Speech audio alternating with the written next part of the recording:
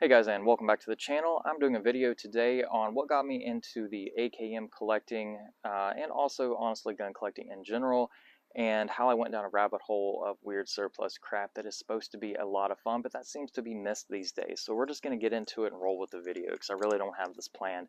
This is the first AKM I ever laid my hands on. It is an Egyptian Maadi and MISR-SA, not the unholy amalgamation chimera bastard that is the MISR-90, which is a Egyptian receiver with a Mac 90 barrel assembly. And those things were pieces of crap, avoid them at all costs.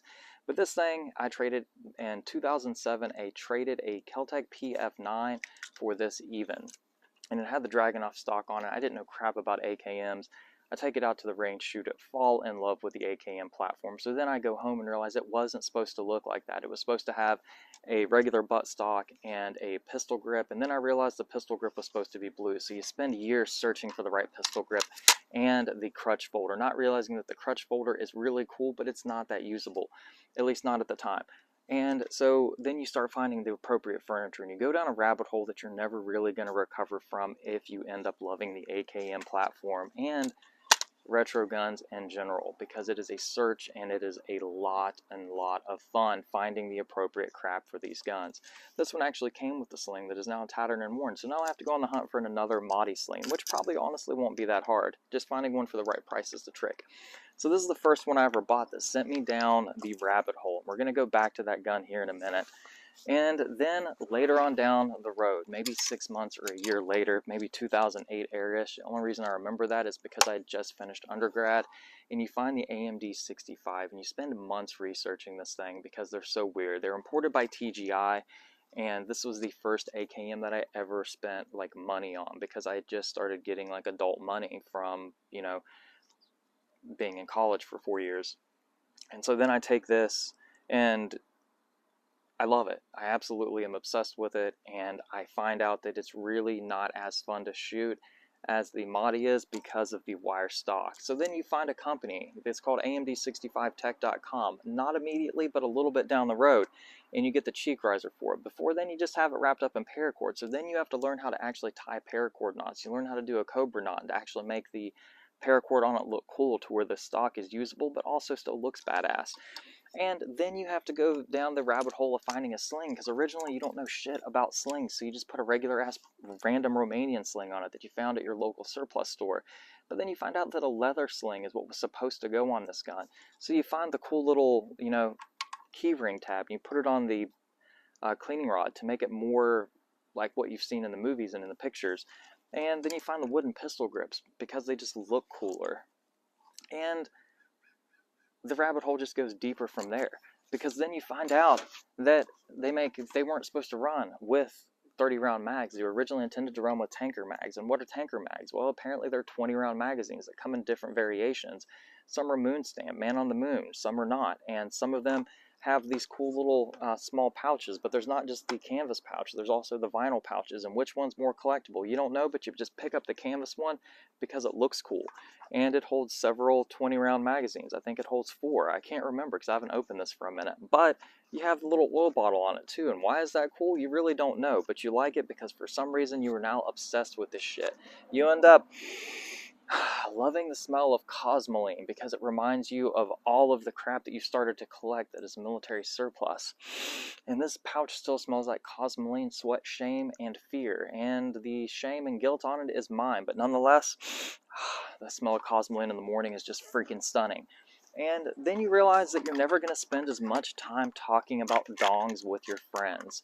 And so you find out that there are Romanian guns. And you probably found that out in between looking for the AMD 65 and the other guns that you found. But you made a weird choice and you went with the AMD 65 first. But then you go into the Romanian WASR realm and realizing that there are multiple variations of the WASR and which one's the right one and which one's not. Which ones are going to be more canted, which one is not, how to actually look for a can. Is it laying it flat on a table, or is it like taking the gas tube off and looking down it? You're really not 100% sure because there's conjecture on the internet, but you just go for it. So in between the AMD 65 In the Maadi, you end up finding a WASR, and I should have brought my original one out here, but I didn't. But then you find out about surplus, and you learn the term battlefield pickup. So you spend a crap load of time looking for trench art and talking about dongs and looking for dongs, and you end up searching Romanian dong more times than you ever thought you would in your life. And at the time, the Romanian dongs were not popular. So the dongs were not really cool because people didn't like the dongs, because if you have a 30-round mag in, you can smash your dong, and then you end up like smashing the crap out of it. So then you have to practice like reloading, you know, and messing it up on camera. So then you end up like reloading and unreloading, so you don't smash your dong. But then you realize that you don't really necessarily like the dong, so you try to find another furniture set, and you go through that weird experimental phase where you make your rifle tactical and you have like a quad rail and crap on it that you really don't even like a couple years down the road, because it's not your thing. You just did it because it's cool. But again, it was an experimental phase, and I will not be judged. And then you realize that there are 10,000 different variations of magazines, such as this Romanian trainer magazine, that are now kind of, for some reason, expensive, but they just have this weird little loop on it that is cool, and you want that because why? Because it was fun to collect, and because you wanted to make your collection complete. And then you find out that there's Dracos in the MD90, and what was a Draco originally? It was meant to be like an MD90 type gun, and you can like SBR it and make them into like a real MD90. Then there's the AIM-74. And you go down a rabbit hole of them. What is the 545x39 and the AK-74 versus an AKM? What is a real underfolder versus, you know, what's an American-made gun versus not? And it imports. And then you go down this like an entire obsession with all this stuff. Then fast forward like close to 20 years down the road, and you find these weird-ass contractor m70ab2 guns that you spend way too much time researching to figure out which country they were used in, that you never truly succeed. But then you polish a turd and you find a surplus wood for it. And unfortunately, it's not trench art, but it's going to have to do for now. And you take these to the range and you shoot them and realize this is why you absolutely love collecting and shooting the AK variants, is because it's supposed to be fun. And the banter and the fun that you can have actually talking to the AK community, as well as the firearms community in general. However, you also realize there's a lot of trash talking out there, because this is a sub $600 AK that was never meant to be anything more than a project gun, but a lot of people were expecting a holy grail, and I'm not going to talk about that. But for me, this was a project gun, and it reinvigorated my interest in the AKMs, because I had to break out headspace gauges. I had to do some research. I had to get back on and start searching for Balkan, seeing if the Balkan War furniture was still available, and then remembering what the Balkan War was and what time period it took place, and that basically the country's been in some level of conflict for like the past 30 years, probably longer. And Yugoslavian versus Serbian, and when did the country actually fall? And then you go through like more research about the Egyptian Maadi, and that remembering that the reason it even existed is because in 1961 the Soviet Union took a great interest in Egypt and decided to set up Factory 54, where it produced the Maadi, and that it's technically kind of a one-to-one copy of a Russian AKM, but not really, because there's nothing that's ever a one-to-one copy. But it was made on Russian tooling, so it's worth actually sending off and getting fixed eventually, which I probably will now they have 20 years after the fact. But nonetheless, this gun actually reinvigorated my interest in all of that stuff. So this $579 AKM I owe a lot of thanks to, because it has made me realize how much I actually freaking love collecting all this random shit that you never realized that you needed, such as barrel bags, M6249 barrel bags that work great for your SBRs or underfolders. And then you find yourself doing other weird crap, you know, at 40 years old, such as going into Goodwill and buying a freaking tennis racket bag. Why? Because it's fun. I have adult money now. I could buy like real tactical cases and real cool stuff, but you know what? Having my long time love and friend here, the AMD 65 that fits in a tennis racket bag, just makes my heart happy, and I don't care what it looks like. It's just fun. And again, then you go down like with all these different bayonets, and by the end of the time that you're done collecting, you have about 30 or 40 bayonets for every different AK and the variations, along with about a container or wall full of magazine pouches and the different variations and the different years that went with every variant that you now own, or the variants that you got rid of but you didn't get rid of the magazine pouches. And then further down the line, further and more magazines, and like which are the collectible magazines and which aren't, and why are Bakelite, and waffle mags, and you get a weird combination of the Maadi and the blue pistol grip, and you end up having a blue waffle, and you feel somewhat guilty, but you've also been searching Romanian dongs, so you don't worry too much about it. And this is where we are today, and thanks to the community and YouTube and my great cats on Instagram, I just have a crap load of fun with this. And I sometimes forget how much fun this sport is actually supposed to be. Going out to the range and testing something that you've worked on and researched and headspaced, and that you find, you know, you end up breaking out random ass pieces of gear that you really didn't even know you needed in the first place. And you're like, you know what, I still truly do enjoy collecting, and I really do enjoy the research that goes into it and the reference books that I have. And for you cats that don't know, there's something called the I think it's like called the AK-47 catalog, and those are on Amazon, and they're more of pictorial guides.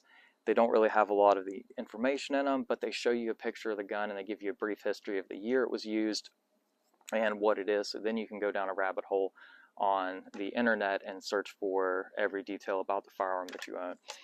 For example, this is basically a long-barreled, to an extent, it's a long-barreled Draco. I think these are meant to be SBR'd, but I never did because I just like the way it looks. I bought this gun much later in my collection. I should have pulled out the WASR, but when I went to get in the gun rack cabinet, military surplus cabinet thing I have, and I grabbed the dong on this one. I was like, you know what, I gotta talk about dongs. If you're talking about surplus collecting and you don't talk and touch about dongs, then you're doing something wrong in the video. So here we are today, and thank you for watching. Please enjoy the crap that you buy. Like, have fun with the sport and the collecting and the camaraderie. Find the right group of cats on Instagram, Reddit. Reddit's a hard place. Be strong if you're going to go on Reddit, especially like R47. But find the right group of people, enjoy it, talk, make some good friends that you're never probably going to meet in person, but that you talk to every day and that you share your collection with and all the cool stuff that you have because you like it and it makes you happy. This Wilson tennis racket bag was inspiration of my friend John. I immediately went to Goodwill after he showed me. He threw an underfolder in one, was like, you know what, I've got to have one. Turned out it also fit my AMD 65, and that's what's going to live in it now. Not really, but more than likely. Thank you guys for watching. Have a wonderful Labor Day weekend. Hopefully this was somewhat of a fun video, and you guys just stay safe. Go out to the range, have fun, take your random ass gear that you never thought you'd even know, like, or research, and take it out, look at it, and appreciate the fact that what you have now is everything that you once wanted, but now you got to go on and move to the next thing, because that's what we do when you're collecting. It's always about the next best thing, but take time to appreciate what you currently have. Because at one point in time, this thing right here is everything that I wanted in an AK. And close to, 14 years later, I guess, really, after buying this one, it still is one of my favorites. Same thing with that Maadi back there. That is what sent me down the rabbit hole. And yeah, it needs to be sent off and converted, but that gun has more rounds, has been carried with me, and has been a great friend. And she is crusty, but I love the shit out of her. And getting that thing out and remembering like the feeling when I first got it in my hands and pulled the trigger for the first time at the range and was like, holy shit. Like, I love the retro ARs. I've always collected the carry handle and the old Colts, but those are nothing. To me, there's nothing more fun to shoot than an AK. Like, I absolutely love it. So, hopefully you guys can get something out this weekend and have the exact same feeling. Go out there, get on the range, grip the dong tight, pull that Romanian into your shoulder, whisper that you love her, kiss the dust cover, send the rounds, and have fun with your $500-600 WASR or your $12, $13, $14 to $2,000 arsenal, whatever it is. Go out and love it, enjoy it, appreciate it, and just have fun. That's the main thing, main point of this video. Have fun, guys. Be safe.